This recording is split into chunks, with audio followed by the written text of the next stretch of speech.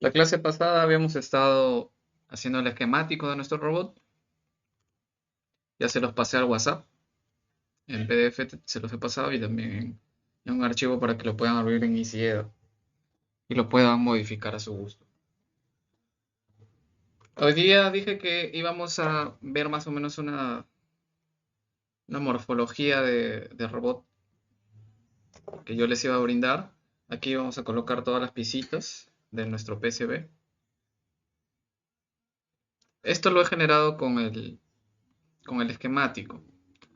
Me refiero, ya he estado con el esquemático abierto. Ahora esperen. Aquí está. Este es el esquemático que hicimos la vez pasada. Hice unas pequeñas modificaciones.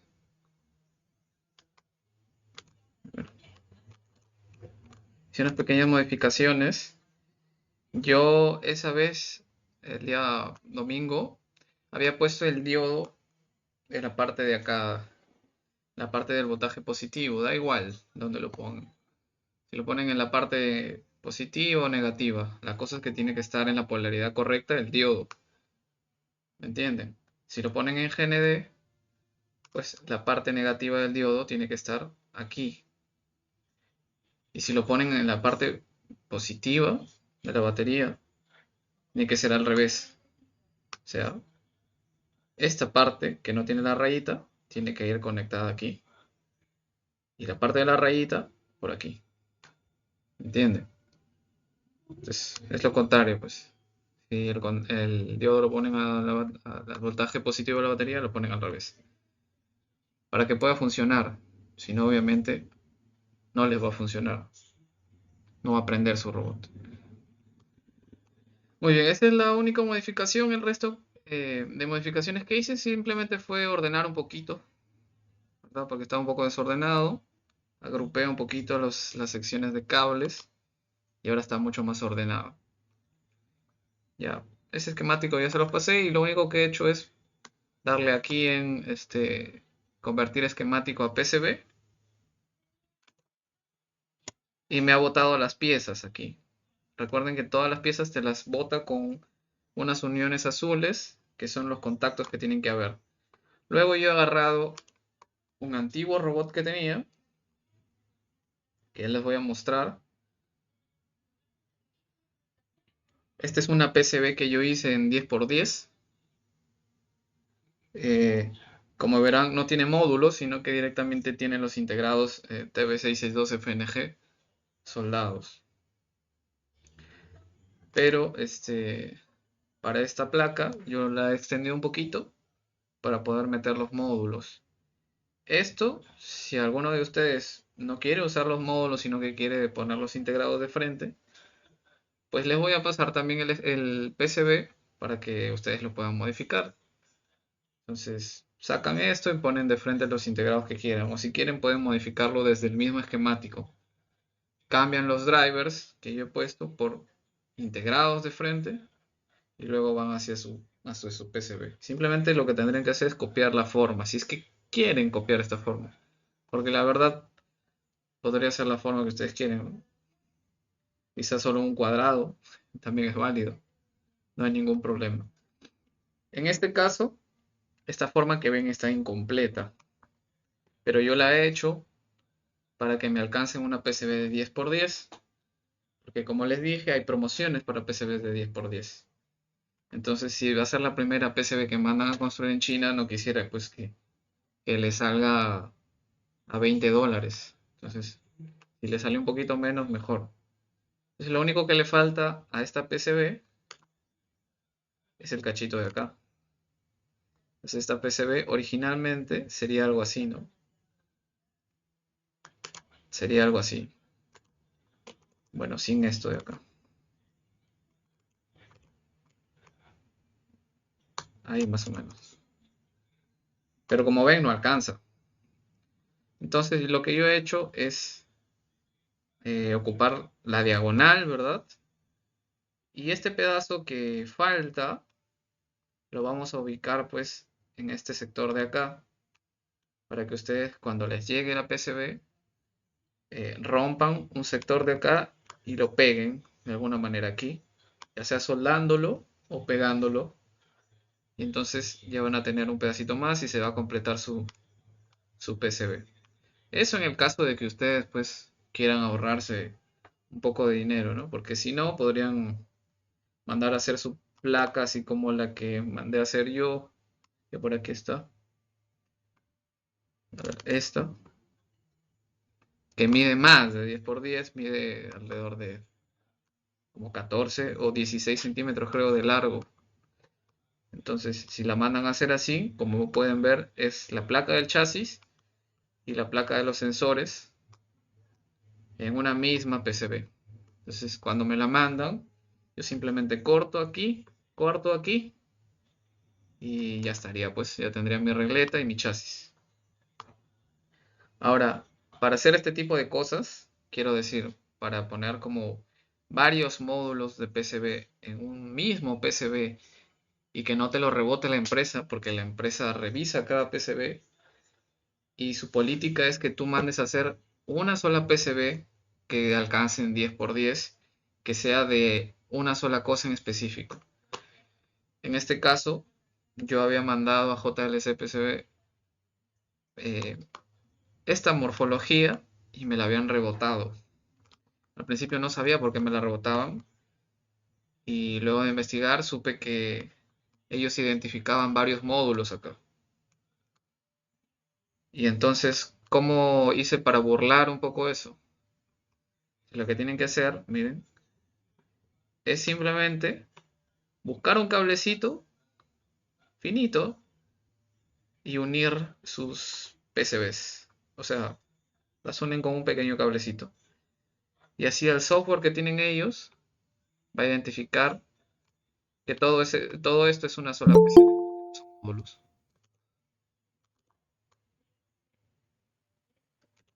Entonces así, si ustedes quieren hacer esto, pues su chasis y su regleta en la misma PCB, no se olviden de poner ahí una pequeña unión, un cablecito de nada, que al final obviamente ustedes cuando lo corten, ¡plac!, va a dejar de existir esa unión y no va a haber ningún inconveniente. Lo mismo acá, siempre, ¿ven? Como que arrasen ahí una línea para que el software que tienen ellos perciba como que es parte de la misma cosa. Ya ese es un truquillo que les dejo ahí. Luego acá continuamos. Esta forma de PCB ustedes ya la pueden modificar. Si quieren se copian de esta PCB, que las voy a dejar en las diapositivas. Este diseñito, pero este diseño es con integrados, pues soldados, ¿no? No tiene módulos. De frente los TB612 soldados. En cambio PCB, esta PCB integra los drivers IFX 921SG para un motor y para el otro motor. Y además, al mismo tiempo, yo había pensado en varias alternativas. Esto les recomiendo también a ustedes que en un mismo PCB ustedes le den vueltas y vueltas durante algún tiempo, ideando cosas extra. Por ejemplo, yo a este chasis lo he habilitado para que tenga estos drivers, pero también para poder sacar voltajes de diferentes lados para alimentar mis drivers de motores brushless. Entonces esta misma PCB me sirve para motores DC normales de dos patitas y para motores brushless. Entonces es algo que les recomiendo a ustedes.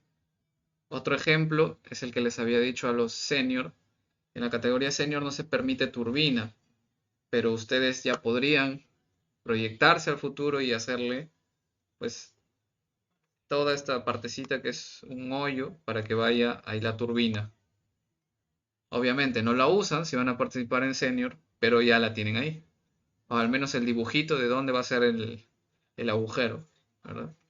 Entonces, como que proyectese al futuro para que no tengan que hacer una PCB, la mandan a hacer, les demora un mes en llegar, otra PCB, entonces mejor piénselo muy bien, la PCB que van a hacer, denle muchas vueltas y cuando estén bien seguros la mandan a hacer.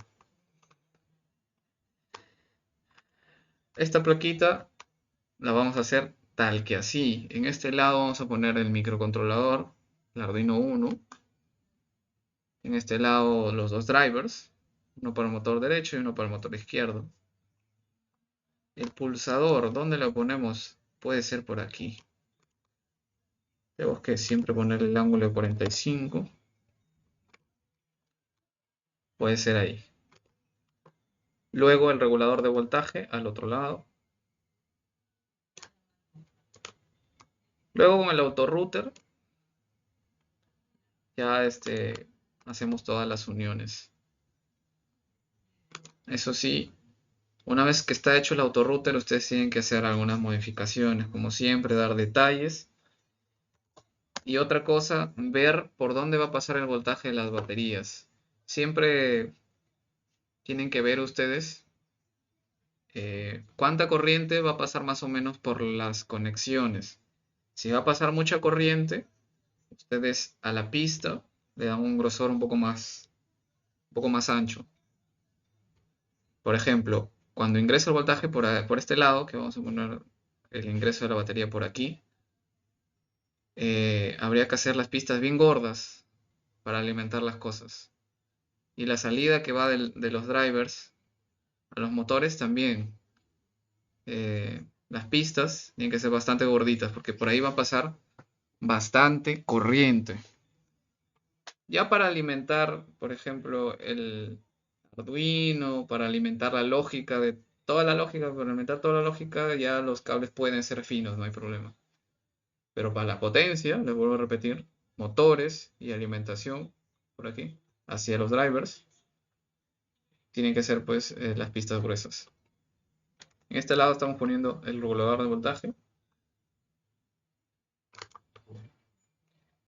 Este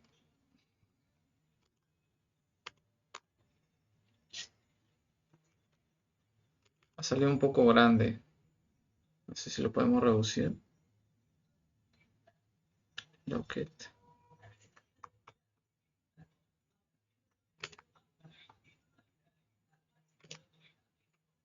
Este salió demasiado grande. Me refiero a este diodo. El condensador lo vamos a ubicar por aquí.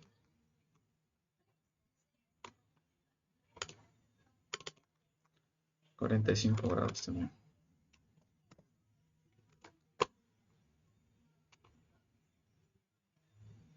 Chasis.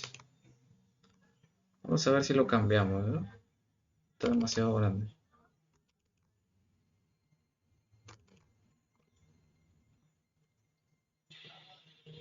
Debería convertir PC a atributos.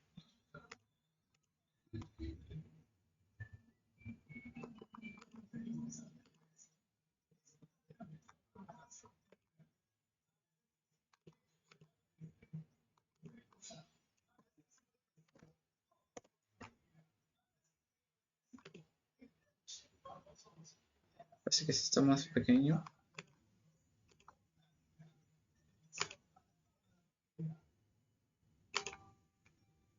A ver eso. Porque se rollo. Vamos a actualizar PCB.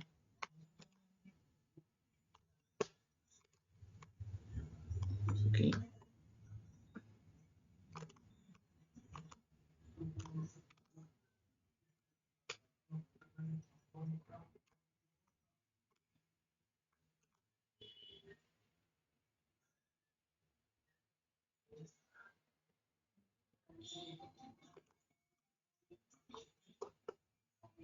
¿Cómo se llaman los petitas?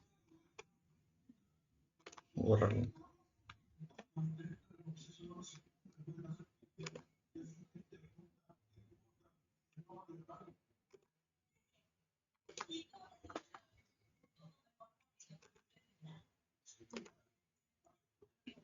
Ya. Dice que guarde antes de actualizar el PCB. Por eso no había actualizado. Entonces, ahí actualizo el PCB y ya se debería cargar la nueva pieza.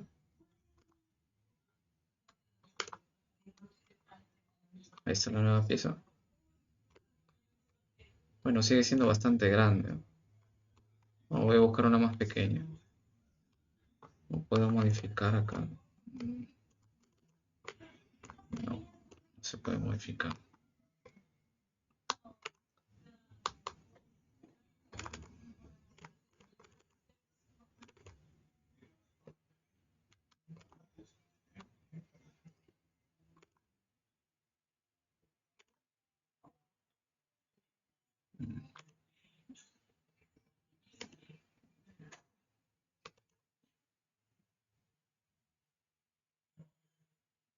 Sí, eso puede ser. Actualizar huella. Cerramos. Guardamos. Actualizamos PCB. Digamos que no haga una revisión.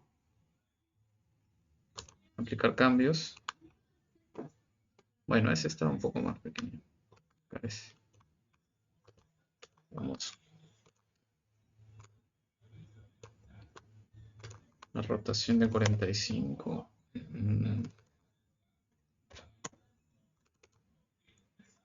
Menos 45. Ahí. Vamos a ubicar el diodo por aquí. Ahí.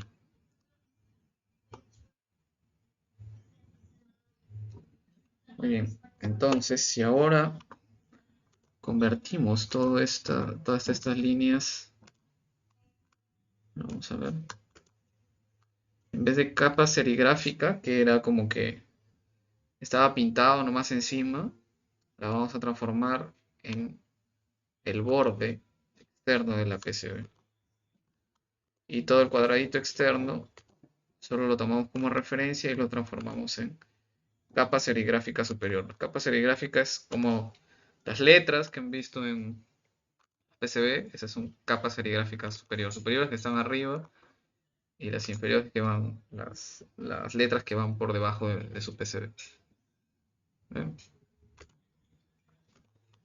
Muy bien. Si ahora le damos en Auto Routes, vamos a ver cómo nos genera las rutas. Faltan, me parece, faltan las salidas a los motores. Ahorita lo vamos a hacer. Vamos a poner una acá y una acá.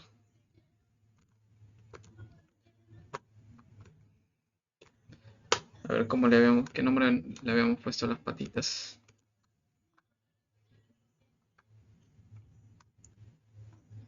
Pat 1i, Pat 2i y la otra Pat 1d, Pat 2d.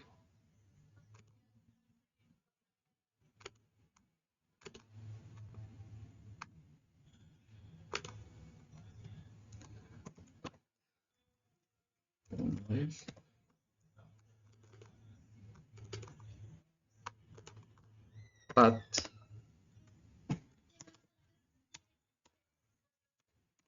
2d. Entonces, estas serían nuestras salidas para los motores. Están un poco grandes. Anchura 3 milímetros, demasiado. Quizá solo 2. Ahí está bien. Vamos a copiarlas. Copiar. Vamos a pegarlas por acá.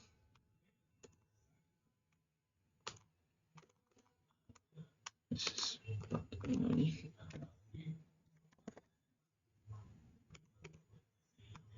Pat 2.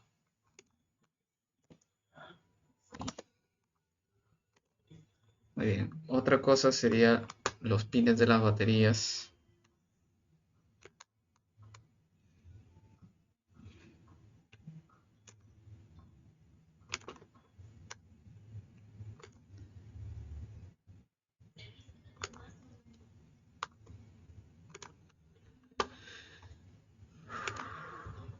Ya. Una sería GND y la otra PBAT.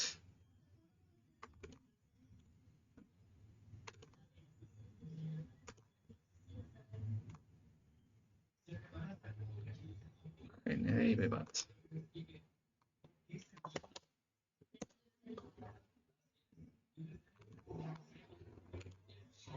PBAT.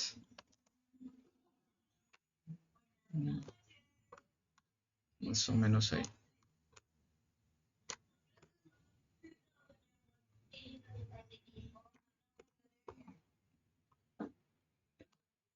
Muy bien, ahí estarían nuestros dos motores, nuestra alimentación. Creo que ya solo faltaría la parte de los sensores. En la parte de los sensores he puesto estos mini pads que si ustedes quieren les parecen quizá muy pequeñitos.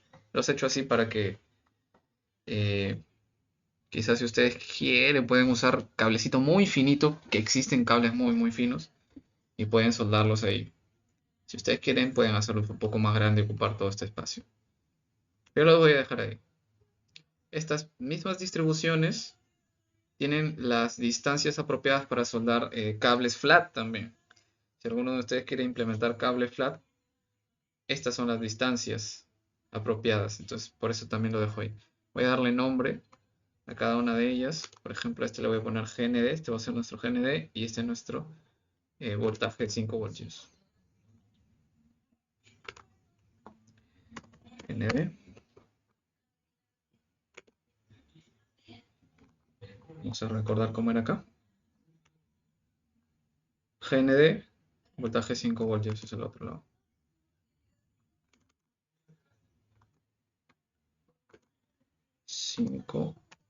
voltios.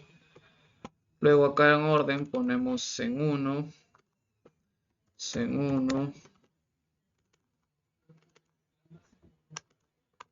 Zen 2,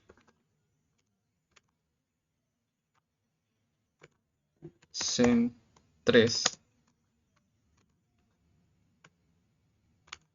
Zen 4,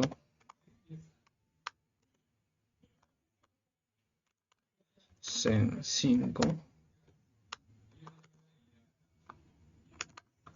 Zen 6, Zen 7, Zen 8. Ojalá el autorouter tenga la distancia suficiente para hacer todas nuestras pistas. Y si no, pues ya sería trabajo de cada uno ir acomodándolo según su conveniencia. Ahora vamos a ver. Vamos a darle al autorouter a ver qué hace. Router, autorruteo. Damos clic aquí. Regresamos. Ejecutar. Esperamos un ratito. Ahí están haciendo las conexiones. Ya está. Hizo el 100% de las conexiones. Como pueden ver, hay algunos cables que tendrían que ser más gruesos. Por ejemplo, esto de BBAT. Como es un cable de alimentación y por ahí va a entrar bastante corriente, esto deberíamos hacerlo un poco más grueso. Entonces tendremos que ir acomodando. ¿Ya? Eso, yo voy a ir acomodando un poco. Igual les voy a pasar a ustedes para que hagan más cositas así según su conveniencia. ¿Verdad? Pero miren, ya las rutas están. Solo quedaría nomás esta parte de los voltajes con bastante corriente. Alimentación por acá. Alimentación que llega sobre todo a los drivers. Porque la alimentación que llega al Arduino pues, no importa mucho porque es lógico. La de los sensores tampoco consume tanta corriente. Pero el voltaje que viene de acá de las baterías, pasa por el condensador y se va hacia los drivers. Estos conectores sí tienen que ser bien anchos. Por ejemplo, acá el que entra, el VCC que entra por acá es bien finito. El voltaje motor, perdón, que entra por acá es bien finito. El VCC no importa porque es 5 voltios lógico, entonces ese está bien. Pero el voltaje motores que entra es demasiado fino. Entonces ese tendríamos que hacerlo un poco más grueso. Y la batería, las salidas, perdón, hacia los motores que salen son estas salidas. Y los puentes también tendríamos que hacerlos un poco más gruesos. Y ya, haciendo eso ya quedaría nuestra tarjeta. Alguien me dijo cómo hacer que toda la placa sea como que tenga una capa negativa. Eso es bastante sencillo, déjenme me acuerdo. Eso se hacía y tenemos una red Cooper Area. Miren, le damos ahí propiedades red y nos pone qué queremos que sea. Podemos ponerle voltaje, 5 voltios, pero no queremos que toda nuestra superficie tenga voltaje, sino lo que siempre se hace es ponerle GND pues, a todo el área sobrante, ¿no? Entonces vamos a hacer eso y vamos a agarrar y vamos a cubrir toda nuestra PCB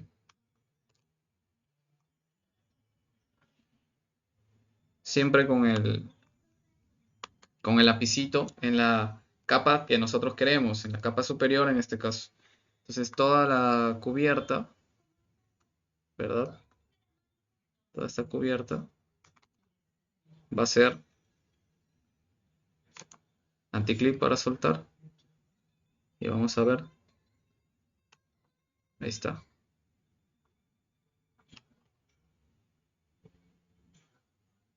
Ahí está, ven, toda esta parte la hizo GND. Tendríamos que darle acá, detallarlo.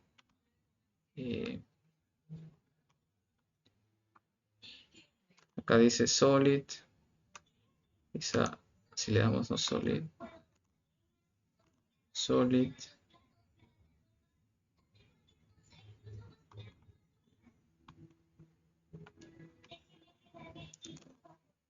Y probe. En este caso no lo ha agarrado todo. Tendría que ver, seguro no hay espacio. Miren, por acá no puede pasar GND hacia el otro lado, entonces por eso no lo ha hecho. En cambio, si le diéramos un poquito más de área para que pase y cargamos de nuevo, vamos a ver si lo hace. Vamos a ver. Damos clic acá. Mantener isla, sí. Ahí está, ¿ya ven? Lo que pasaba ahí era que no tenía espacio el GND para pasear hacia el otro lado. Ya sería cuestión de acomodarlo un poquito, ¿no? Y ven como todo alrededor se volvió tierra. Todo se volvió tierra, excepto pues las conexiones que son otra cosa, que no son tierra, ¿no? Pues así podríamos mejorar un poco el ruido. Yo en especial no aplico mucho esto porque creo que le agrega un poquito más de peso y que para el beneficio que nos va a dar es innecesario. Porque como estamos trabajando con batería, eh, las baterías generalmente son bastante estables.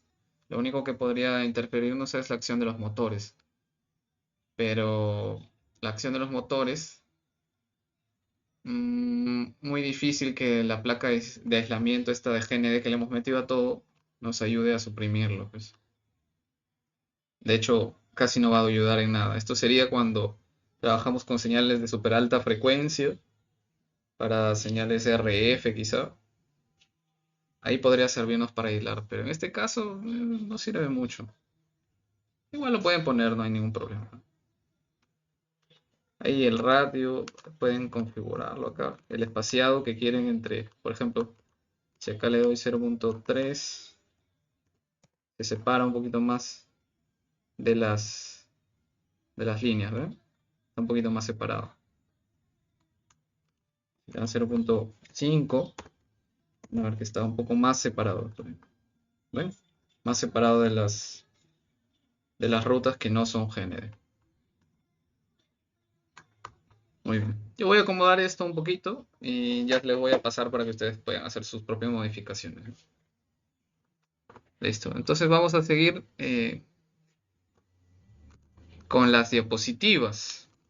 Con la parte que seguía, me parece que seguían las baterías. Así es.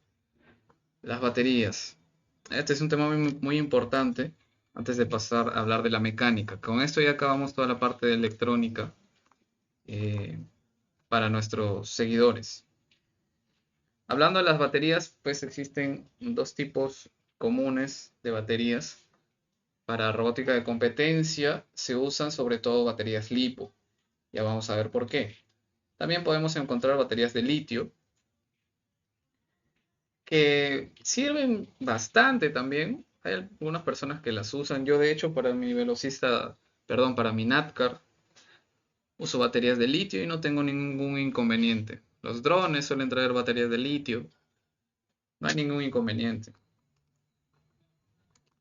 Pero las baterías LiPo tienen una ventaja, que vamos a ver. Las baterías de polímeros de litio, comúnmente conocidas como LiPo, tienen una alta densidad de energía y alta velocidad de descarga, además que pesan bastante poco, lo que les hace ideales para aplicaciones en robótica de competencia. Todas las buenas baterías LiPo cuentan con un cableado principal y un cableado de balance. ¿A qué me refiero con esto? Las baterías LiPo suelen estar compuestas por pequeñas celdas más pequeñas de baterías de 3.7 voltios y están en serie. Entonces, si tú tienes una batería que está compuesta por dos celdas, vas a tener un par de cables que cuando tú midas, por ejemplo acá, si ustedes ven mi puntero, cuando tú miras en este conector, generalmente son los cables más gordos. Cuando tú miras aquí, te vas a dar cuenta que está la sumatoria de todas las celdas. Si tu batería es de dos celdas, aquí vas a medir 7.4 voltios porque cada celda mide 3.7 voltios, nominales quiero decir, no completamente cargados.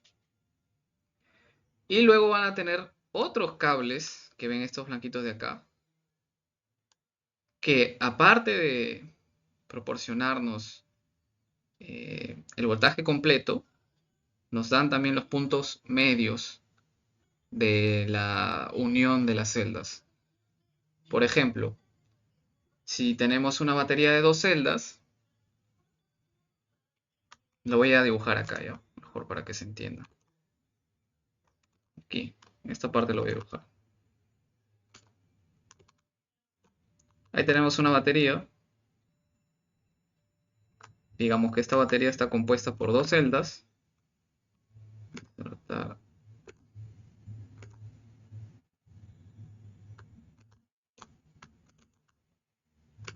Las baterías suelen ser así, de ese color. Las celdas suelen ser de ese color. Entonces está compuesta por una celda y por otra celda. Tenemos nuestra batería de dos celdas, 7.4 voltios. Cada una de estas está compuesta por 3.7 voltios. Cada una de las baterías internas tiene dos patitas. Lo voy a poner acá.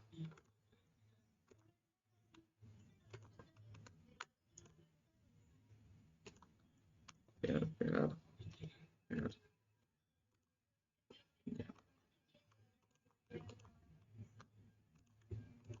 Esto para que sepan los amateurs, los master, los senior quizá ya sepan, pero para que sepan los amateurs voy a ponerlo aquí. Formato, ponerlo color amarillo. Ahí está. Unas baterías normales pues siempre tienen sus dos patitas, ¿no? Una positiva y una negativa. Pues ahí tenemos nuestras dos baterías que hacen la batería grande.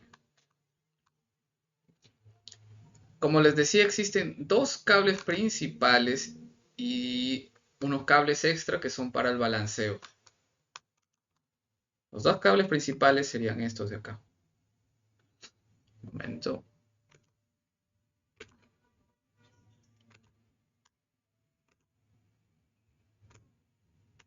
Muy bien. Ahí tendremos una.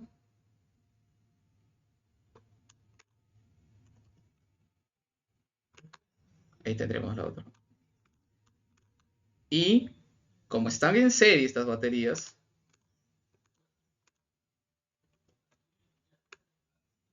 hay una que viene acá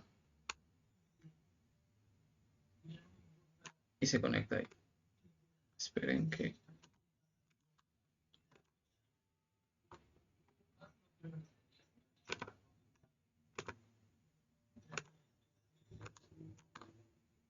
Este va a ser positivo.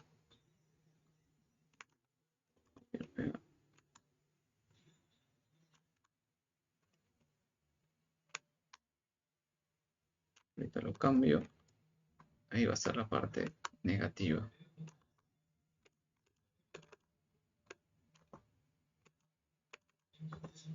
Ahí está.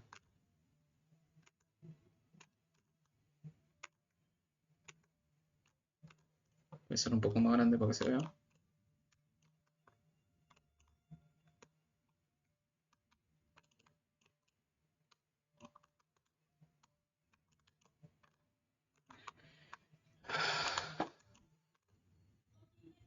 A ver. Vamos a ver.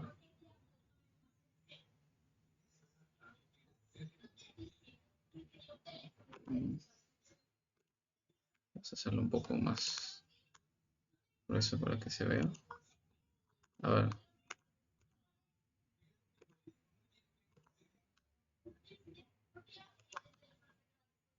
Ya.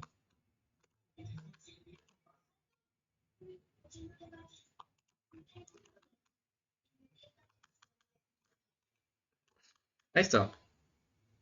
Eso sería para dos celdas. Para tres celdas es igual. Ponemos una acá, igual la misma conexión.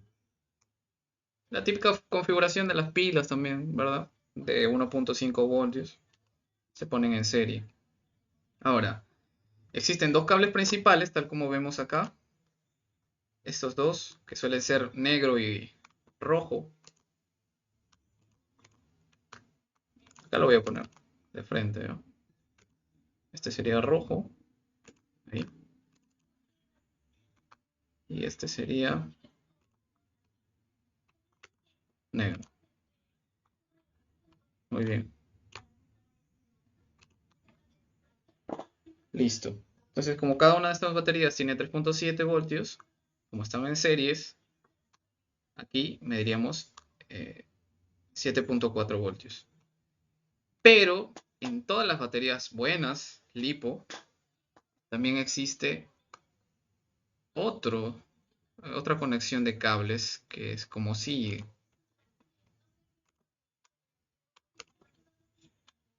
También sale de negativo aquí. Suelen ser más pequeños estos cables. Copiar, pegar. También sale de positivo acá. Estos son aparte, ¿eh? Ahí estamos ahí con los cables. Por aquí. O sea, por aquí.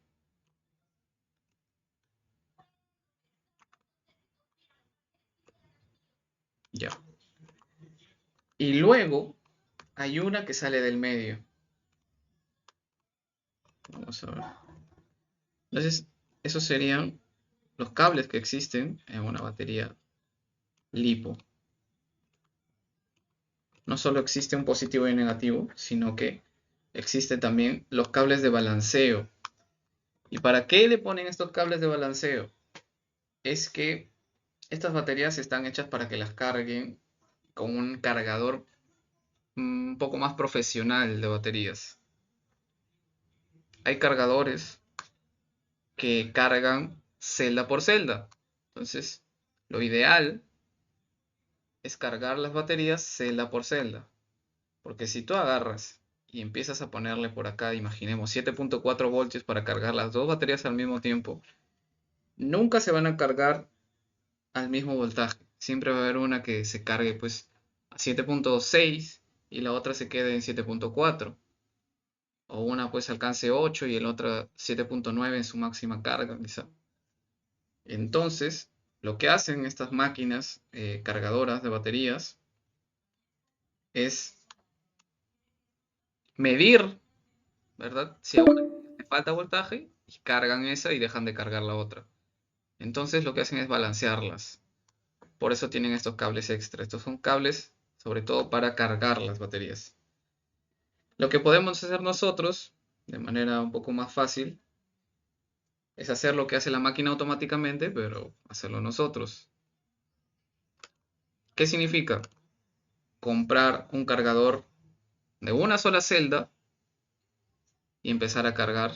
Pues cogemos este cable, que sería el positivo de esta celda, y este cable que sería el negativo. Entonces, ponemos el cargador en estos dos cablecitos y empezamos a cargar esta celda.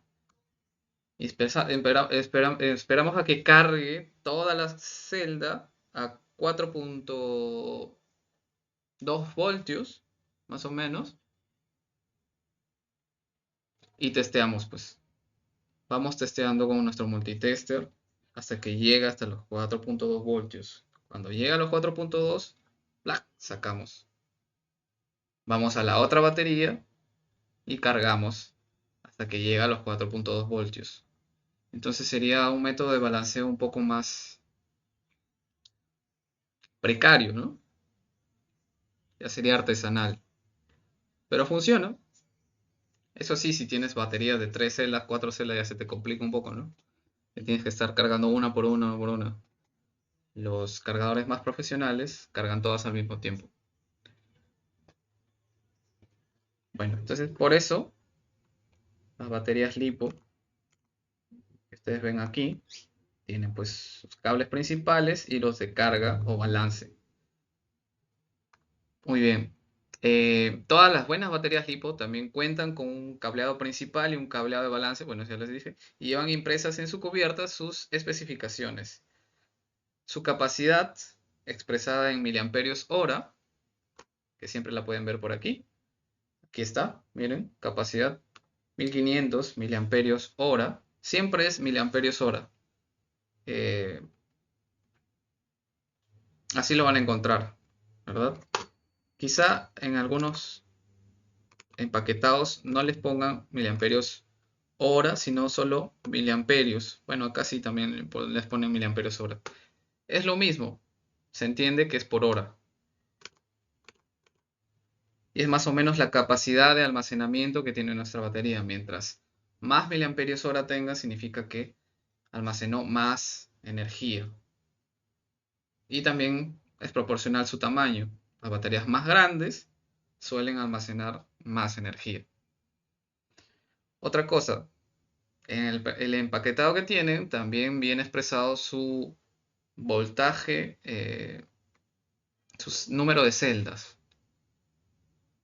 Todas las baterías LiPo, así de las cuadraditas, suelen estar compuestas por pequeñas celdas de 3.7. Entonces, algunas baterías solo les van a decir el número de celdas. Otras le dicen sí el voltaje. En este caso, miren, dice 4S, 4 celdas, y el voltaje 14.8. Les está diciendo los dos datos. Si ustedes le dan uno más el número de celdas, hacen su cálculo. 4 celdas, agarran 3.7 voltios por 4.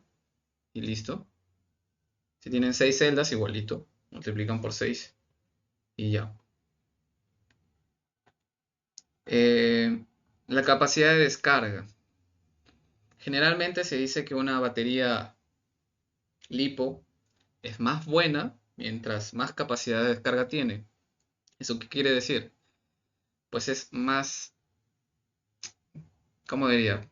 Es más capaz de dar toda la energía de un solo golpe. Me dejo entender. Como que tiene más potencia al entregar la corriente.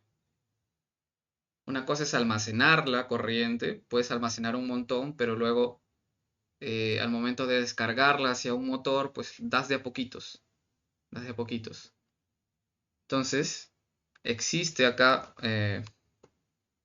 un término llamado capacidad de descarga que te dice cuál es la capacidad que tiene tu batería para proporcionar energía, ¿verdad? Si tiene mucha capacidad de descarga, significa que es una batería que si tú le pones una resistencia por ahí, un foco, quizá de 220 voltios, proporciona tanta corriente que quizá lo hace brillar y todo, de la potencia que tiene para entregar. Eso sí se va a gastar rapidísimo, pero por ejemplo, cuando estás en una competencia de velocidad, eh, no sueles demorar mucho en hacer una vuelta, ¿verdad? Demora segundos, 20 segundos en dar una vuelta, 30 por ahí. Entonces tu batería solo va a estar funcionando 30 segundos, es bastante poco. Entonces lo que interesa ahí es que tenga bastante capacidad de descarga o una capacidad de descarga media, ¿no?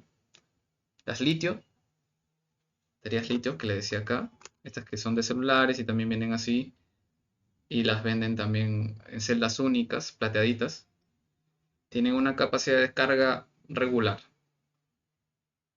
Las lipos son un poco mejores a la hora de descargar su energía. ¿Cómo van a encontrar eso? Aquí, miren, en esta parte dice 50 a 100C. 100C sería como que el, el rango máximo de descarga. O sea, es una batería bastante buena que si tú pones los cables en corto, lo más seguro es que haga una tremenda chispa y se empiecen a fundir los materiales porque es muy muy fuerte su descarga. Por acá también podemos encontrar, por ejemplo aquí vemos, acá no nos dicen el número de celdas, como les dije, pero sí nos dicen el voltaje, 7.4 voltios. Dividimos entre 3.7 y descubrimos que este es de 2 celdas, ¿no? Tiene 300 miliamperios hora y es de una capacidad de descarga de 45 a 90 C. Siempre van a encontrar esta denominación, ¿no? De C al final de un número, de un rango numérico. En este caso 45 a 90.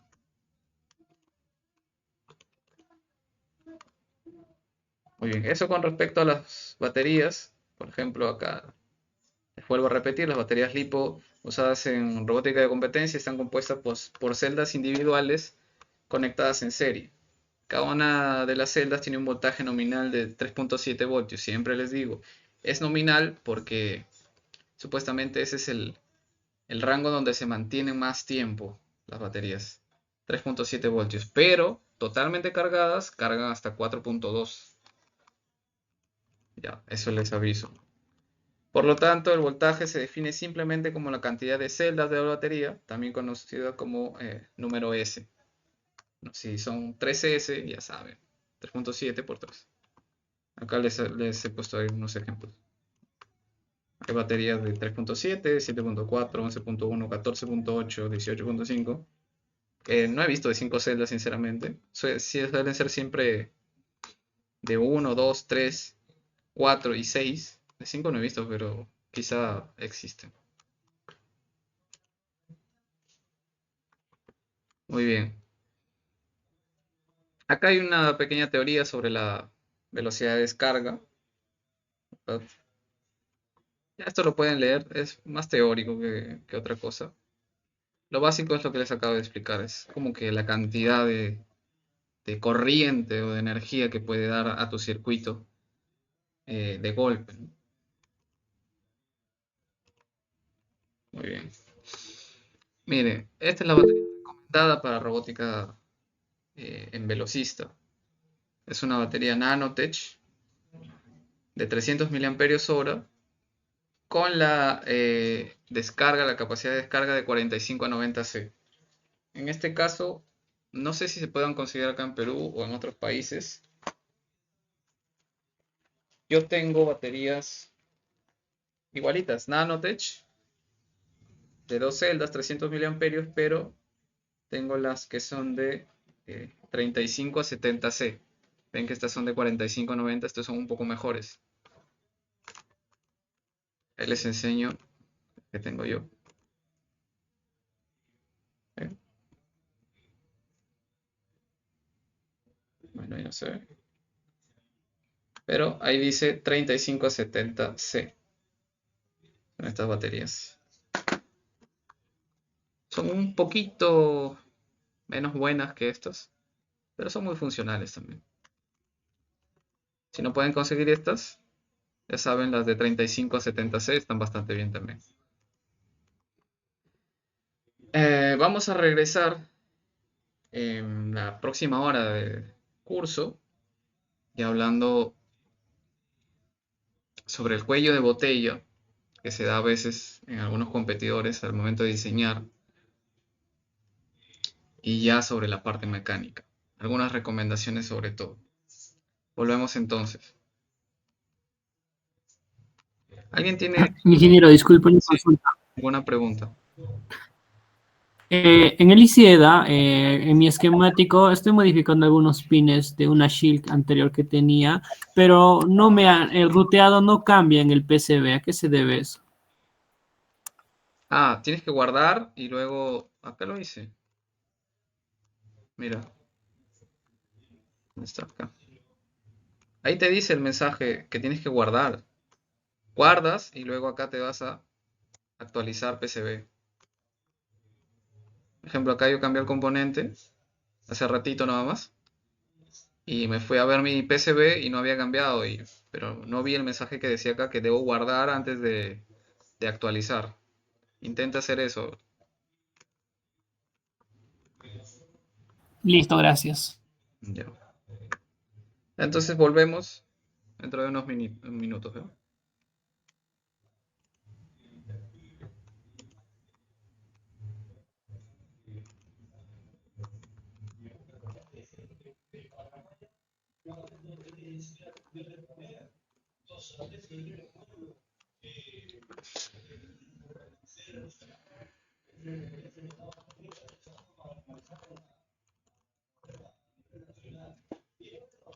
Muy bien, continuamos entonces. A ver, pequeño recordatorio aquí. Los cuellos de botella no solo se dan en las computadoras, ¿verdad? Mucho se habla sobre cuellos de botella, los que están en informática, ven esas cosas. Siempre se ha dicho cuello de botella referenciado también al tránsito, ¿no? Cuando hay muchas cosas que se traban en un solo lugar porque hay poco espacio, ¿verdad? Entonces, ¿cómo se da esto? Miren, pensar en un diseño apropiado es fundamental. Para ello seguiremos un principio, que es el equilibrio entre 7 pilares: los sensores, el microcontrolador, el driver de motores, los motores, el método de tracción al piso, que son las llantas y la turbina, la batería y la estructura. Miren, acá, acá están los 7 tips más importantes que ustedes tienen que considerar para ganar en las competencias. Miren, los sensores son los ojos. Si no ves bien, siempre te vas a salir de la línea. Los competidores de velocistas, cuando recién empiezan, sufren de eso. Su robot nunca es fiable. Su robot siempre se sale de la línea. Y es porque, como ya les había comentado, casi nadie se da cuenta o investiga de cómo funcionan las cosas que usan. Entonces, es una recomendación que les doy. Empápese, empápense de las cosas que están usando, de cómo funcionan realmente, físicamente. Entonces, la gente empieza a usar los sensores QTR8A y no tienen idea de cómo sensa la línea. Entonces, al no tener ni idea cómo sensa la línea, al no tener ni idea que se manejan ahí propiedades de la luz infrarroja, que el sol también tiene, entonces eh, nunca tapan sus sensores, ¿verdad?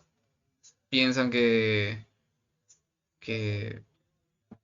la regleta hace magia y que ya debería en cualquier condición leer la línea. Pues no. Entonces, siempre hay que tapar nuestros sensores, ¿verdad? Para no salirnos. Tapaditos, solo mirando a la pista, al suelo y alrededor con una especie de cubierta negra, ¿verdad? Sobre todo tiene que ser negra y no transparente, porque si es transparente va a dejar pasar los rayos infrarrojos. Una cubierta oscura, muy tupida, alrededor de los sensores. Muy bien, eso como primer ítem.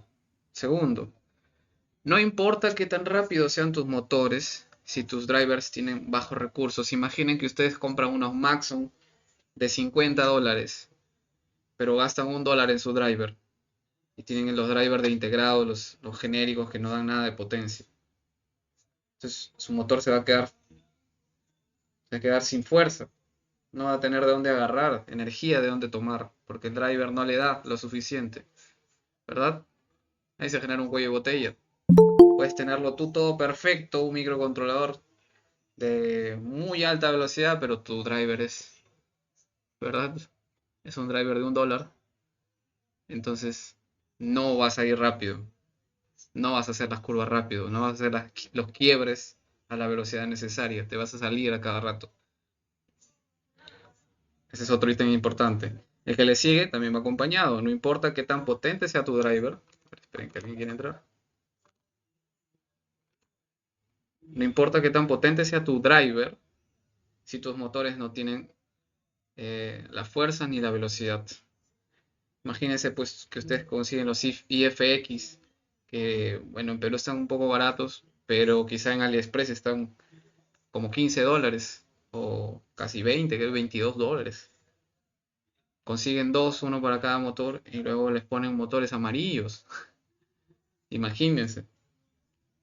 Entonces no, tienen que ir esos dos componentes acorde. Ustedes tienen motores muy buenos, póngale drivers muy buenos, ¿verdad? Si ustedes van a usar motores amarillos, pues no gasten mucho en un driver, ¿no? Ahora alguien más quiere entrar. Entonces eso hay que saber. Otra cosa, como cuarto ítem, no importa qué tan rápido y potentes sean tus motores y driver, si no hay tracción de las llantas y la turbina, el robot va a derrapar, esa es otra. Señores, ustedes tienen motores Pololu, seguramente 5 a 1 algunos, tienen un driver para cada motor, pero luego ponen el robot en la pista y a la primera curva el robot se sale porque no se pega lo suficientemente bien a la pista. Recuerden que en la pista nadie te garantiza las condiciones correctas. La pista puede estar llena de polvo. Generalmente cuando lo hacen en ambientes, ¿verdad?, al aire libre y ponen la lámina esta de 3M de gigantografía, la ponen pegada en el piso, se llena de polvo. Siempre ocurre eso. Entonces lo que ustedes tienen que hacer, aparte de limpiar regularmente la pista, es asegurarse de que sus ruedas, sus llantas, son de buena calidad. Hay llantas que parecen muy pegajosas, pero el hecho de que también sean muy pegajosas hace que se le pegue la tierra demasiado rápido. Entonces arranca muy bien, pero a la primera vuelta, a la primera media vuelta de la pista, ya no agarra nada porque se llenó de polvo, ¿verdad? Y es como si a la llanta le hubieran puesto talco. Ya no agarra nada, no se detiene en ninguna curva, se sale. Entonces tienen que ustedes buscar unas ruedas apropiadas. Yo les hice la recomendación de de las pulseras, esas de goma, que a mí me han funcionado muy bien porque agarran lo suficiente, pero no tanto como para atrapar mucho polvo. Y con ayuda de la turbina ya pues se pega un poco más. Entonces eso, si no hay tracción, pues el robot va a derrapar siempre. 5. No importa qué tan rápido sea tu microcontrolador, si no cumples los parámetros anteriores, tu robot irá lento. Imagínate pues que te consigues un Teensy que vale más de $50, ¿verdad? Para mover motores amarillos. No, pues tremendo cuello de botella, ¿no? Un microcontrolador tan rápido, el más rápido quizá, con motores amarillos. Entonces tienes que ustedes ponerse acorde con lo que van a usar, ¿verdad? Otra, la 6. No importa que tengas buenos motores, microcontrolador, driver y buena tracción. Si tu batería no es la adecuada, no le sacarás el máximo provecho a todo el sistema. Es otra. Si tú tienes un robot perfecto, tienes turbina, tienes todo, pero la quieres alimentar con pilas, no, pues, ¿verdad? Ahí uno tiene que hacer el pensamiento lógico también. Entonces, tienes que usar la mejor batería que puedas conseguir. La más liviana y la que más potencia te dé. Otra cosa también, acerca de las baterías. Ustedes si van a participar en velocista, velocista generalmente se bifurca en dos ramas, al menos acá en Perú. Una es velocista cronometrado, en la que te evalúan el tiempo que haces en una vuelta, y la otra es en persecución. Hay una pequeña diferencia, ¿no? Que en persecución nadie te asegura que alcances al contrincante con el que te enfrentas, porque es un uno contra uno, en 2 vueltas. Quizá puedas estar por lo menos 10 vueltas antes de alcanzarlo.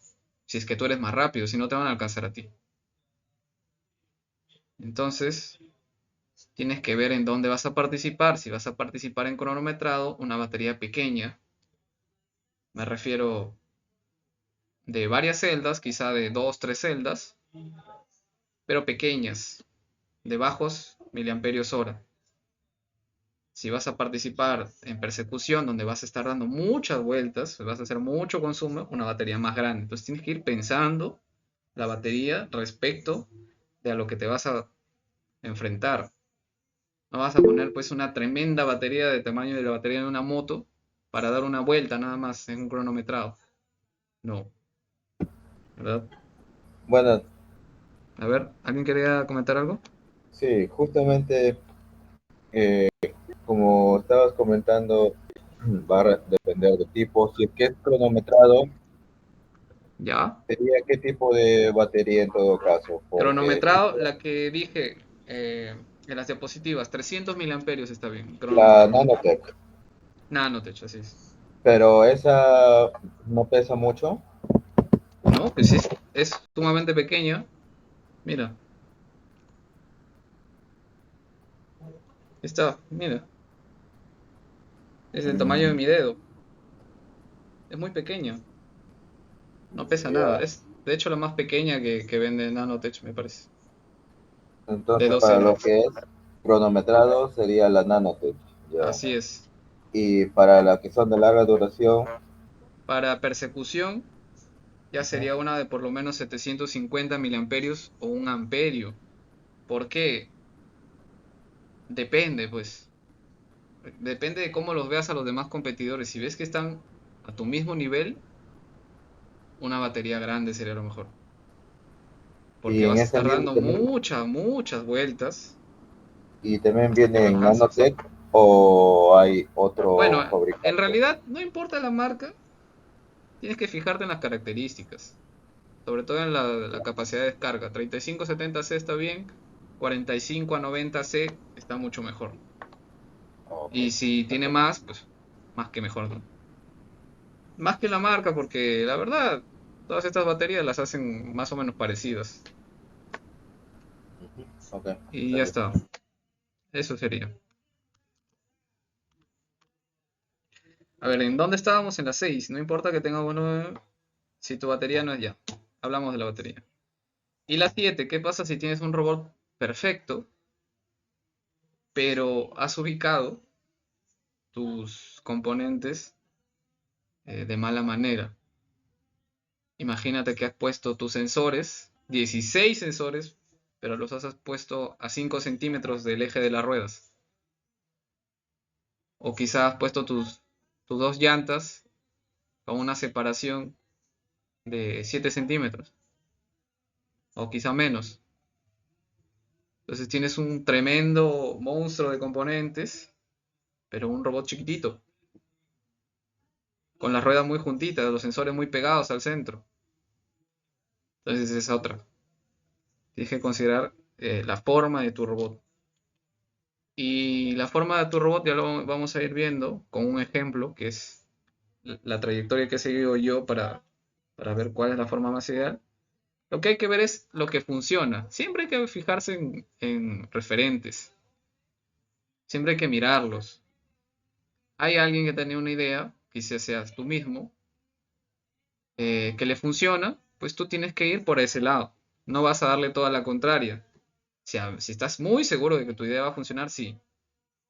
Pero no vas a pensar, pues, hey, si todos le están poniendo turbina, ¿verdad? Que succiona el piso, yo tengo una gran idea, en vez de succionar el piso, voy a botar aire hacia abajo. Entonces esa idea jamás va a funcionar. También tiene que haber una lógica en las ideas, ¿no? Pero tienes que ir agarrando, pues, ideas de varios sitios, ir incorporándolas en tu proyecto. Generalmente los que más andan probando cositas son los robots japoneses y algunos robots europeos, pero sobre todo los japoneses. Esos son los que siempre andan inventando cositas. Yo les recomiendo que en Twitter eh, busquen así Line Follower en el All Japan Robot Contest de Japón existen muchos competidores y si encuentran a uno, seguramente encuentren a todos los demás porque se siguen entre ellos. Tienen muy buenas ideas y de ahí pueden sacar bastantes buenas ideas, como las que he sacado yo y les voy a comentar a continuación la trayectoria que he seguido. Los seguidores de línea, yo los vengo viendo desde hace muchos años. Tantos años que mis primeros robots se veían así, como se ven en las fotos. El primer robot seguidor de línea que yo hice, hacía como 9 años, era así como ven aquí. Si ustedes ven, en la parte de abajo, voy a ampliar un poco más. En la parte de abajo de esta placa, era un robot que no tenía ni siquiera microcontrolador.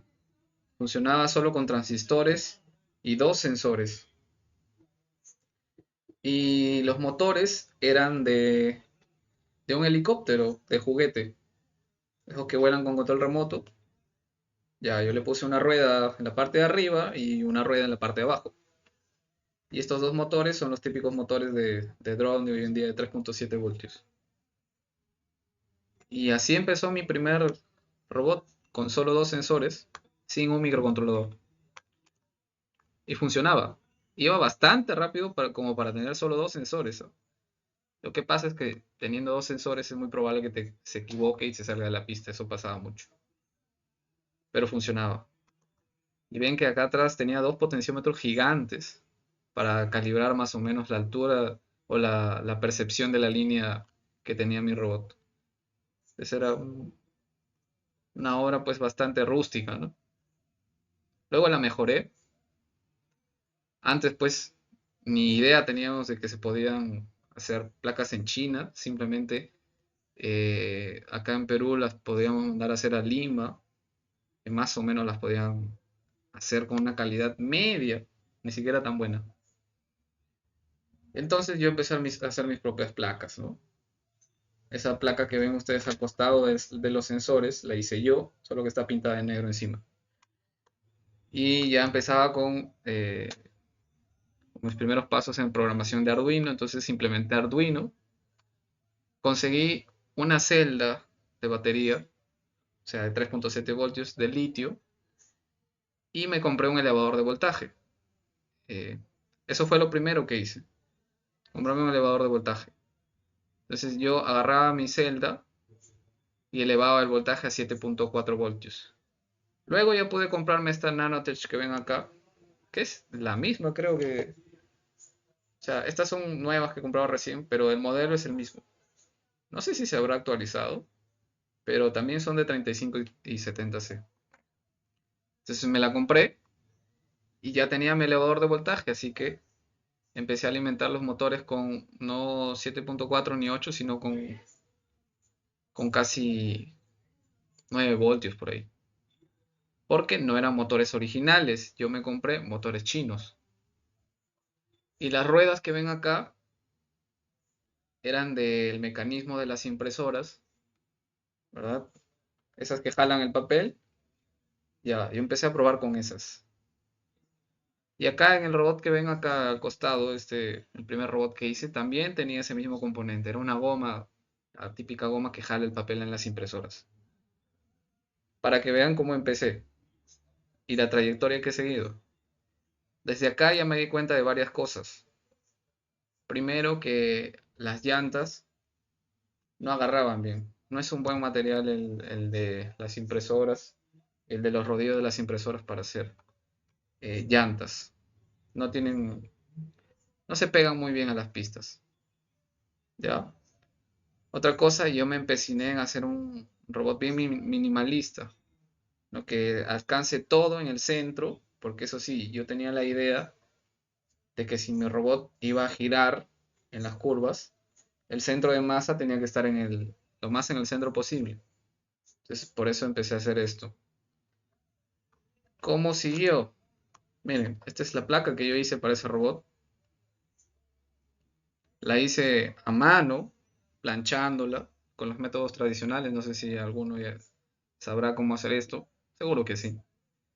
Se manda a imprimir pues en un papel en láser, papel fotográfico en láser. Luego con una plancha, agarrabas tu placa baquelita, planchabas el circuito, ¿verdad? Te quedaba así todo negrito en las partes de las pistas. Las sumergías en ácido férrico o en un compuesto de agua dura y otros componentes que había en ese tiempo. Ácido férrico lo suelen llamar, al menos acá en mi región. Y pues en las partes que no estaba pintada, se come el material, se come el cobre, entonces te quedan las pistas.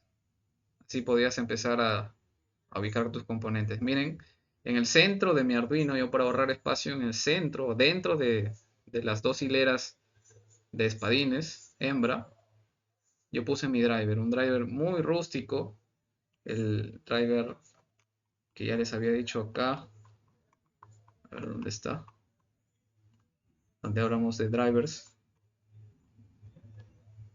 aquí. Este, el L293D, ese tenía mi robot en aquellos años. Y pues no era nada eficiente, ¿no? Ahí también empecé a probar otro tipo de rodillos, también de impresora, pero más pequeños, y me di cuenta que aún eran peores, ¿verdad?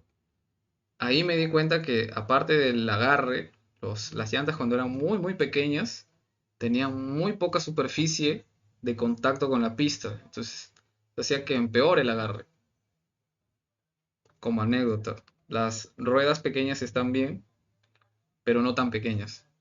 Mientras más superficie de contacto tenga con la pista, es un poco mejor. No se excedan, no vayan a poner unas tremendas ruedas de 4 centímetros, tampoco es así.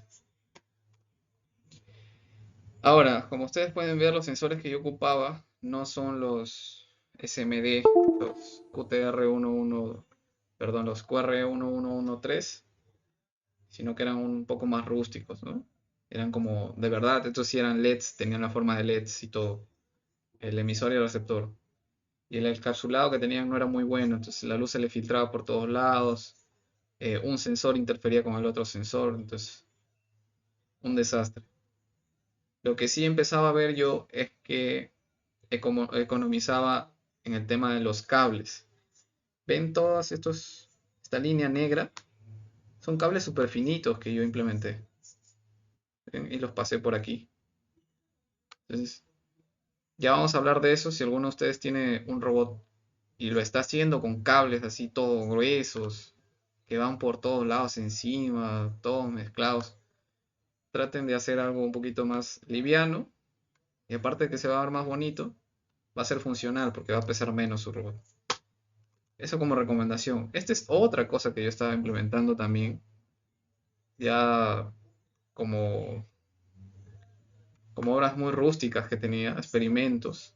Ven que yo saqué la tarjeta de acá para tratar de imitar los motores que se hacían en Japón.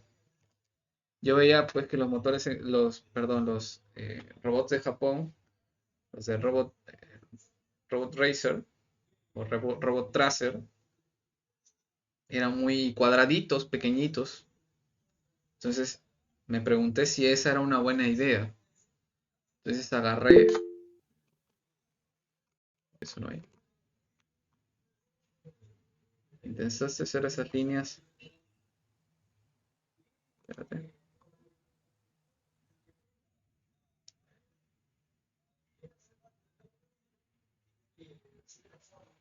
¿A qué te refieres con eso? Si pudieras activar tu micrófono, porfa.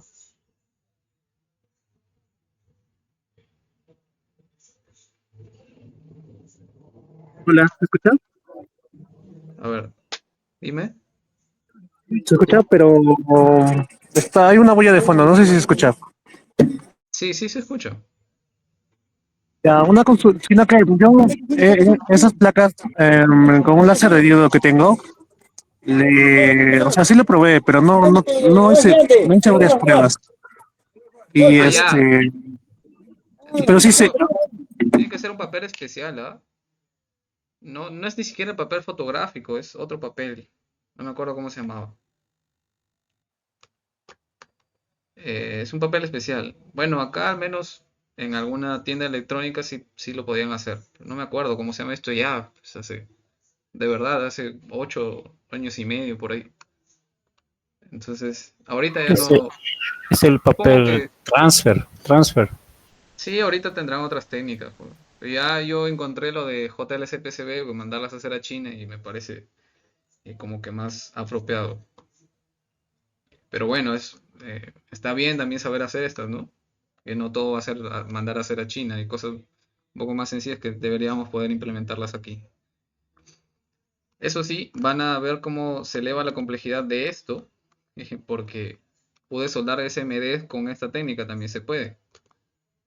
Miren, empecé a experimentar con mi robot cuadradito, pero había serios inconvenientes, pues, ¿no? Trataba de implementarlo con dos motores. ¿Ven? Aquí aumenté, ahora puse dos motores para cada lado, dos motores de 3.7 voltios. Es algo que de verdad funcionó, pero para velocista no lo recomiendo. ¿Saben por qué? Estos robots cuadraditos, pequeñitos, están perfectos para NATCAR o Line Follower, Robot Tracer, que le dicen ahí en Japón, robot trazador, porque estos robots van primero despacio sobre la línea y se memorizan la pista con sus encoders. Se memorizan todo en vectores y luego hacen un algoritmo dentro que permite ir a toda velocidad recorriendo el mismo trazado, pero ya deteniéndose antes de las curvas, yendo a máxima velocidad en las rectas. Entonces van acelerando, frenando, haciendo un control de su velocidad. Eso se puede con estos robots. Pero si el robot es pequeñito y tienen los sensores muy cerca de los motores y lo mandas a toda velocidad sin saber dónde va a frenar, lo más probable es que se va a salir. Y a mí me pasó, pues. Los robots pequeñitos, estos de acá, estos diseños no están hechos para enfrentarse a curvas que no sabes para dónde van a ir. Estos robots están hechos para circunstancias en las que te memorizas despacio la pista y luego ya vas a máxima velocidad. Entonces ahí aprendí eso. Yo seguí acá empecinado con hacer robots parecidos a los que he visto en Japón, ¿verdad? Empecé a utilizar un Arduino un Arduino Micro, Pro Micro creo que se llama, ¿no? Es muy parecido al Nano, pero tiene algunas características extra. El tamaño es muy pequeño, eso sí. Entonces, empecé a hacer mis soldaduras superficiales nomás con cables, porque pensé que era mucho más liviano. Y como usaba solo motores muy pequeñitos de dron, tenía mucha velocidad pero muy poca fuerza. Ven como para pasar la tracción de una rueda a la otra usaba pequeños listones de goma o liga que le dicen acá en Perú. Y funcionaba. Este robot funcionaba. Y seguramente les hubiera ganado, así como lo ven, con estas características, a unos cuantos robots amateurs o incluso senior, ¿verdad? Con estos poquitos componentes. Acá miren, regresé a mi batería, una única batería de una celda con un elevador de voltaje. O sí, un elevador de voltaje. No sé, no me acuerdo si, claro, este elevaba el voltaje y luego ponía los motores en serie porque tenía dos motores acá. Estaba en un agujero, pero acá iba otro motor y acá también. Entonces alimentaba con 7.4 con este elevador.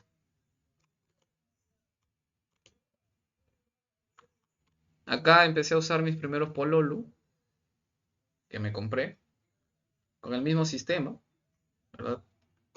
Usaba mi batería pequeñita de 3.7, perdón, elevaba y alimentaba mis motores. Los motores son pues de 7 hasta 8 máximo aguantan sin problemas. Y empezó a funcionar bien, empezó a funcionar mejor, porque estos motores tienen un poco más de fuerza. Y luego pegué un cambio, ¿verdad? Empecé a preocuparme más en el diseño de la tracción. Pues miren, esta liga no era muy funcional, porque así no se debería transmitir pues la fuerza de una rueda a la otra rueda. Tenía 4 ruedas, entonces empecé a implementar engranes. En este robot que ven acá, donde empezaba a ser mi primer robot que empezó a ganar carreras, Ya, porque con estos no había ganado ninguna carrera, nunca participé, esto solo lo hacía por hobby. Con este motor, con este velocista rojo que ven, ya empecé a participar. Lo primero que hice fue hacer el diseño de mi chasis, quedó bastante bien, la verdad. Fíjense cómo ordené ahí las cosas. No sé si habrá una foto mejor. Aquí. Miren cómo ordené las cosas.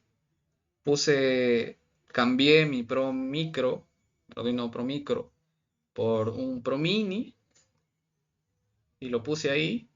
El driver, usaba solo uno en esa época, no sabía que era mejor usar dos. Usaba solo uno y como tiene dos canales, uno por acá, motor y listo. Y mire, tenía esta forma como de halo de Fórmula 1, ¿verdad? Que unía los dos motores por la parte de arriba y dejaba un hueco en el centro en donde se me ocurrió implementar una idea que saqué de los robots japoneses. Desde hace muchos años, muchísimos años, los robots japoneses ya han implementado este tipo de turbinas centrífugas, ¿verdad? Si alguno de ustedes habrá visto algún robot ahora, seguidor de línea que implementa esto, creo que hay un robot español que como que se hace muy viral con la idea genial de poner una turbina centrífuga, que sepan que esto lo vienen implementando en Japón hace pues, como 15 años, ¿verdad? Hay un video de Veritasium que cuenta más o menos cómo fue el proceso de los micromouse, un video muy bueno. Ahí hablan de la vez que se implementó una turbina en un robot y fue algo espectacular en su momento, pero fue hace muchos años. Entonces, yo adquirí esta idea. Hice mi propia turbina centrífuga a mano. Y de hecho, hasta ahorita la hago a mano yo. Eso sí, tienes que ser muy cuidadoso, pues, ¿no? Tienes que agarrar un material que veas que no se quiebra, que sea un poco flexible, pero no tanto. Y para las hélices usas otro material diferente, muy finito, muy liviano. Y le da forma pues de aspa curva, ¿no? En el sentido en que vaya a girar tu motor, ahí tienes que ver. La cosa es que tiene que expulsar el aire por los costados y tomarlo del centro. Es una técnica bastante sencilla, lo usan muchas aspiradoras, de hecho. Eh, Se llama turbina centrífuga. Si ustedes lo buscan por ahí en internet, en cualquier lado, van a ver cómo funciona. Entonces empecé a implementar mi turbina. ¿Cómo la hacía girar? Pues con un motor también de dron de 3.7 voltios. Los mismos que me habían sobrado de las anteriores veces, los implementé aquí. Y funcionó. Funcionó muy bien. Pero ¿saben qué pasaba? Que yo notaba que el motor se empezaba a sobrecalentar. Porque la turbina, quieras que no, es un poco pesada, ¿verdad? Y al motor le costaba moverlo. Y cuando se chocaba contra el piso, o sea, succionaba, la turbina como que hacía fuerza, ¿verdad? Y, y se calentaba un poco el motor. Otra cosa, por si acaso alguno quiera copiar este robot, que sepan que con este robot gané muchas competencias, ¿verdad? Acá en mi región. ¿Cómo era este robot? Ven que tenía 4 ruedas. Ahí están implementadas las ruedas que yo les dije que son de pulsera, de la goma de pulsera. Ahí ya las había implementado. Miren, las 4 ruedas están sobre la pista, ¿verdad? Y luego se extienden pasan por acá la batería, se extienden 2 palitos y de esos 2 palitos salen dos cositas grises que ven acá. Esas cositas grises son pequeños tubos flexibles que yo conseguí de una impresora, muy muy flexibles.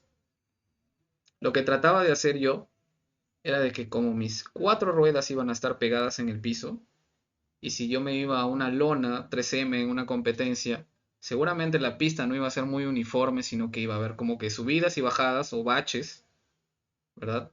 Entonces, si yo implementaba estas 4 ruedas, es muy probable que en un bache de subida, ¿verdad? Mis 4 ruedas hagan que mi trompa se levante. O sea, mis sensores, si hubieran estado fijos al chasis, o sea, un solo palito acá, como yo llevaba 4 ruedas, la trompa se hubiera levantado si hubiera habido una subida, ¿verdad? Entonces, para evitar eso, ¿qué hice? Puse esta de acá, estas cosas flexibles. Entonces, si mi trompa que se levantaba por un bache que hubiera aquí justo antes de la rueda, si mi trompa se levantaba, por el mismo peso el sensor caía. Entonces, el sensor siempre iba a estar pegado a la pista. ¿Verdad? Esto de acá no te pasa si tú tuvieras solo dos ruedas, porque con dos ruedas ya la gravedad siempre hace que tus sensores se peguen al piso. Pero en cuatro ruedas no. En cuatro ruedas, si tú tienes un bache, tu trompa se levanta. ¿Verdad? Entonces, por eso, con cuatro ruedas, esta parte tiene que ser flexible, tiene que caer por el propio peso hacia la pista. Muy bien.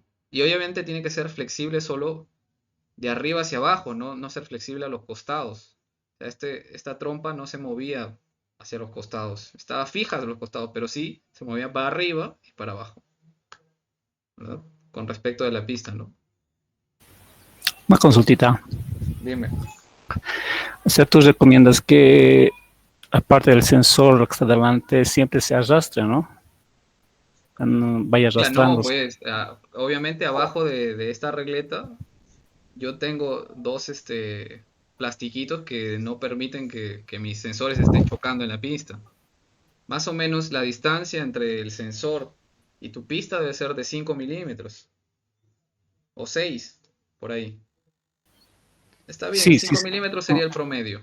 sí, siempre le pongo yo, pero siempre yo le ponía una ruedita de esa omnidireccional, ¿no? Entonces, No, te recomiendo que tú le pongas un plastiquito. Un plastiquito que veas que resbale bien, pero no pongas cosas muy pesadas. De hecho, yo les cuento que para los robots que yo empecé a ganar en todas las competencias a las que iba, ese robot nadie lo podía superar. Tenía dos lentejas abajo, pegadas con superglue. Entonces, eso de que le pongo una rueda loca que se gira a todos lados para que sea, no interesa. La cosa es que arrastre bien y ya está. Lo que interesa acá es que sea lo más liviano posible. Entonces, tu idea tiene que ser que sea liviano, ¿verdad? Y que arrastre bien, que no se vaya a trabar pues en alguna curva, ¿no? No vas a poner dos agujas ahí que se planten en la pista y no arrastre. Por ejemplo, los campeones mundiales tienen dos fierritos para hacer la distancia entre sus sensores y la pista. Entonces, tienen que tomar esas ideas. Tienen que poner dos cositas ahí que no tienen por qué ser ruedas locas ni cosas muy tecnológicas. Basta que resbalen un poco y ya está, listo. La cosa es que sean livianas. Eso, ya. Acá ven como toda mi estructura de conexión la había hecho con cables superficiales. Eso sí, muy finitos. Siempre me preocupé en que los cables sean muy finitos por estética más que todo. Pero esa es cuestión de cada uno, ¿no? Yo siempre he considerado que los cables finitos, pues, si vas a poner muchos, van a pesar menos. Pones un montón de cables gruesos, como son tantos, van a pesar más. Los cables gruesos que ven acá son de la batería, esos son los únicos gruesos que habían. Porque yo acá empecé otra cosa, empecé a implementar dos baterías. Otra idea que les doy.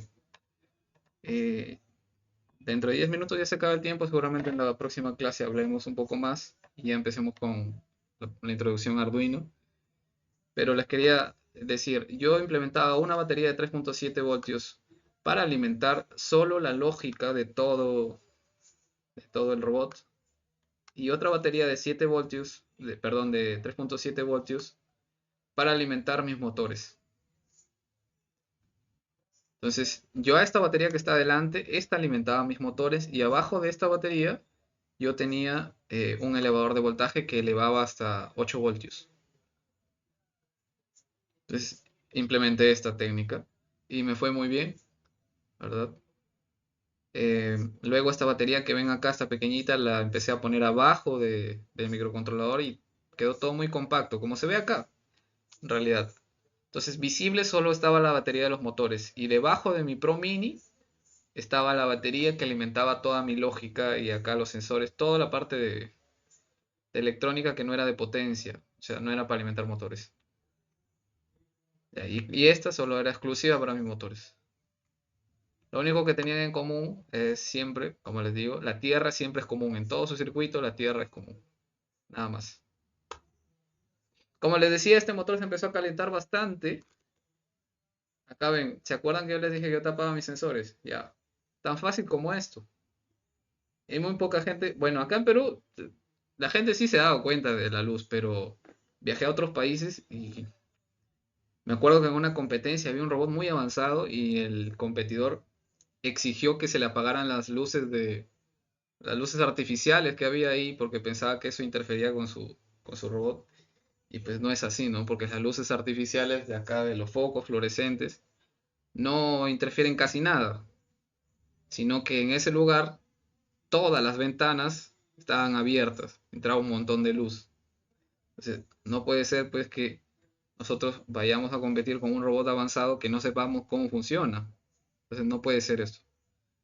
Acá ven cómo yo tapaba mis sensores, muy fácil, con eh, cinta de aislamiento, de cinta aislante de 3M o lo que sea que puedan conseguir.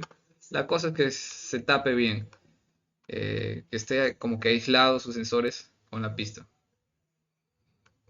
En la primera, creo que esta foto es de la primera competencia en la que participé, en la que gané, no porque mi robot haya sido más rápido, sino que fui el único que completó la pista, porque habían tan malas condiciones que el diseño de mi robot fue el único que pudo completar la pista. La pista se llenó de tierra, era increíble la tierra que había, el sol que había. Entonces, algunos competidores ni habían tapado sus sensores, ni se habían preocupado en que sus ruedas sean apropiadas y no se llenen de tierra a la primera curva. Entonces, en ese caso, pude ganar. Fue la primera competencia que gané. Y solo pensando nomás en esas cositas lógicas. Miren, acá al lado está mi chasis, como era. Lo hice a mano prácticamente, tallando plástico. ¿Ven? ¿Dónde estoy? Aquí. Acá está, miren. eh, Me acuerdo que empecé a ganar con este robot y gané certificaciones para competir en Colombia, en México también me parece. Eh, Luego, aquí les quería mencionar algo. Aquí no se ve. Ya, esta es una foto más detallada de cómo era el robot. Ven cómo cambié de batería, le puse una batería más grande. Y abajo se ve ligeramente, se ve el potenciómetro del elevador de voltaje que yo tenía. Yo elevaba mi voltaje a 8.4 por ahí lo elevaba. Y esta era una batería de 750 miliamperios de una sola celda. La otra batería, como ya les dije, estaba debajo del Pro Mini. Solo alimentaba la parte de lógica y los sensores. Ahí se ve más detalles. Ahí se ve el detalle de la turbina también como era. Y se ve también, ahí se ve como el robot por debajo. ¿Recuerdan que les dije que tenía el elevador de voltaje? Acá está el elevador de voltaje. Estaba justo debajo de la batería y casi que ni se veía. Y luego la turbina es como ven ahí, tal cual, es una lámina redonda y encima le puse las hélices en forma oblicua y también forma de arco, ¿no? Entonces esto gira y expulsa aire a los costados. Como expulsa aire a los costados, ¿de dónde va a tomar aire? Del único lugar posible, que es de abajo, porque la parte de arriba está cerrada. Entonces por eso succiona el aire.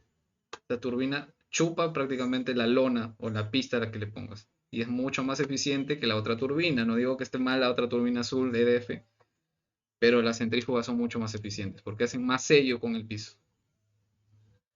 Entonces las turbinas axiales, poco que se les escape el aire por los costados, no sellan mucho y entonces es un poco menos eficiente, requieren más voltaje para igualar a estas turbinas. Ven que yo con un solo motorcito 3.7 voltios pude ganar a turbinas EDF que consumen un montón de voltaje. Eso. Acá se ven más detalles, por ahí miren mi regulador de voltaje estaba por abajo. Un regulador un regulador perdón, un transistor que hacía que prendiera o apagara mi turbina, me parece. Ahí se ve cómo yo anclé mis motores, y los anclé con cintillos. Y ven cómo es el detalle de los plásticos. Todos estos plásticos yo los hice a mano, ¿no? Cortando y todo eso. Es para que sepan que para ganar también hay que tener pues en cuenta los detalles y todo eso, ¿no? Si están empezando, ojalá tengan tiempo para hacer esto, porque yo esto lo hacía en mi época de estudiante, donde tenía tiempos libres. Ahora ya me demoro un poco más en hacer mi diseño, con el trabajo y eso. Esta es una implementación que hice luego de ver que se empezaba a calentar mi motor. Entonces agarré una reductora que tenía y le saqué la parte del eje, ¿verdad? Entonces implementé una reductora ahí, en mi motor DC. Lo hice a mano, ¿eh? Entonces tenía yo una pequeña reductora que hacía que la fuerza de mi motor aumente, y eso hacía que también el motor se esfuerce un poco menos para hacer girar la turbina. Y esta idea sí funcionó perfectamente porque el motor no se calentaba mucho, y descubrí que la fuerza que tenía para pegarse en mi robot pues aumentó drásticamente. Tanto así que este robot ya podía hacer piruetas arriba en el techo. O sea, se pegaba al techo. Otra cosa, para que se pegue de verdad esto, tiene que estar con faldas. Entonces eso es lo próximo que vamos a ver acá. El robot con faldas. Eso cuenta también para las turbinas axiales EDF 27, 30, lo que tengan. Las que tienen la turbina típica, y para estas centrífugas también. Que son implementar faldas, son estas. ¿Ven? Como yo implementaba acá, empecé a implementar con papel primero para hacer pruebas, y luego ya empecé a poner plástico. ¿Ven? Acá yo me compré mi primer Teensy. Uy, ya se va a acabar la clase. Vamos a seguir seguramente en la próxima, pero ya para terminar esto, yo me compré acá mi primer Teensy 3.2 y le puse faldas, o sea, es aislar la parte de la turbina con la pista. Eso hace que hagas más chupón contra el piso. Y uno creería, pues si va a ser chupón, se va a pegar en la pista y no va a avanzar nada. No. Siempre que te preocupes que el material resbale un poco en la pista, el robot va a avanzar, normal. Y yo implementé esto y no tuve ningún problema. Más bien, como les digo, haciendo esto mi robot ya podía hacer piruetas en el techo, podía hacer recorridos en el techo. Así como seguramente ustedes han visto en algunas competencias que tienen partes donde van por el techo prácticamente. Ya pues, así mismo. Y eso hace años, ¿no? Estoy hablando que esto lo implementé hace años. Luego cambié mi turbina, que me había funcionado bien, por una más potente. Ya, esta fue una turbina pues brushless. Fue la primera turbina brushless y implementé mi controladora de vuelo. Pero seguía con el mismo diseño. Así quedó. Otra cosa, el robot empezó a tener tanta potencia de succión contra el piso que para que no se doble todo mi chasis, le tuve que poner un refuerzo acá, una barra que soportara para que no se hunda en el centro. Y eso lo implementan todos los robots ahora. No es que haya sido mi idea, eso es lo lógico que hay que poner. Si tu robot se está hundiendo en el centro, tú le pones una barra arriba para que no se presione tanto o no se doble tanto. Empezaba a hacer ya otras cositas a medida que iba aprendiendo en la carrera, ¿no? Iba implementando en AutoCAD algunos diseños. Este diseño, por ejemplo, no funcionó, pero luego empecé a usar EasyEDA. Empecé a ver la manera de hacer mis diseños en China. Y eso es algo que les voy a contar ya en la próxima clase, porque esta clase ha terminado. ¿Alguna consulta antes de cerrar ya?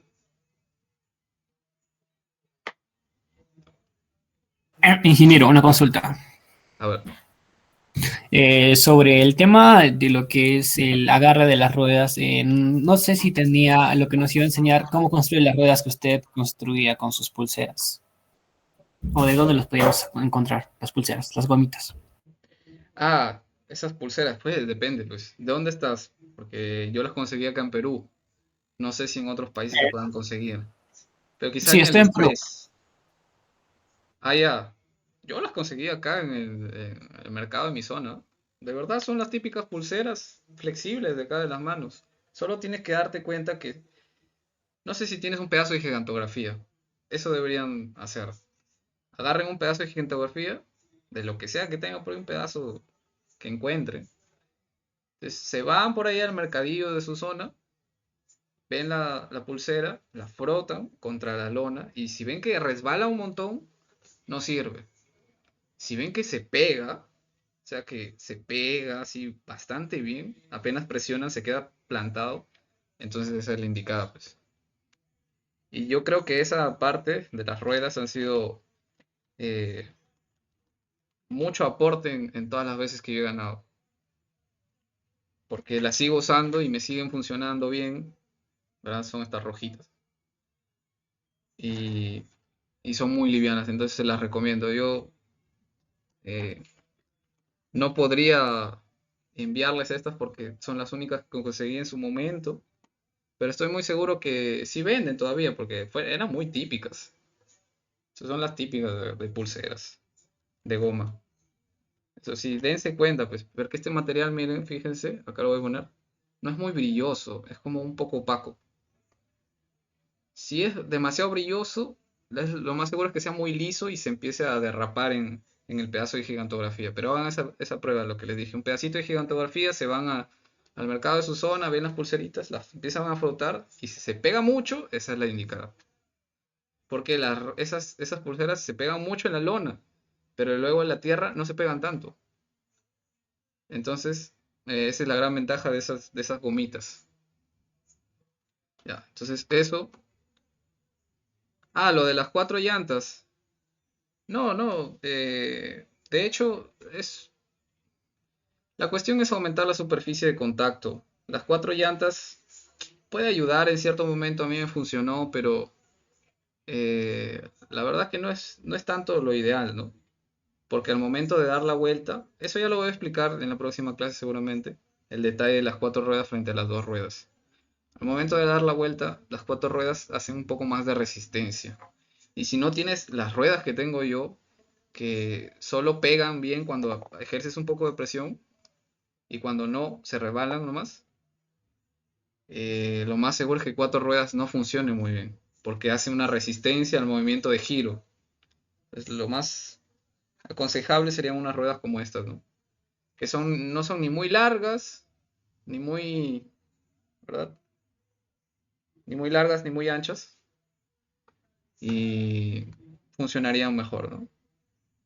Tampoco los recomiendo que sean muy chiquitas, porque si son muy pequeñas, disminuye la línea de contacto que hay con la superficie. Ya, pero eso lo vamos a ver en la próxima clase. ¿Alguien tiene una cosita más que decir ya para cerrar?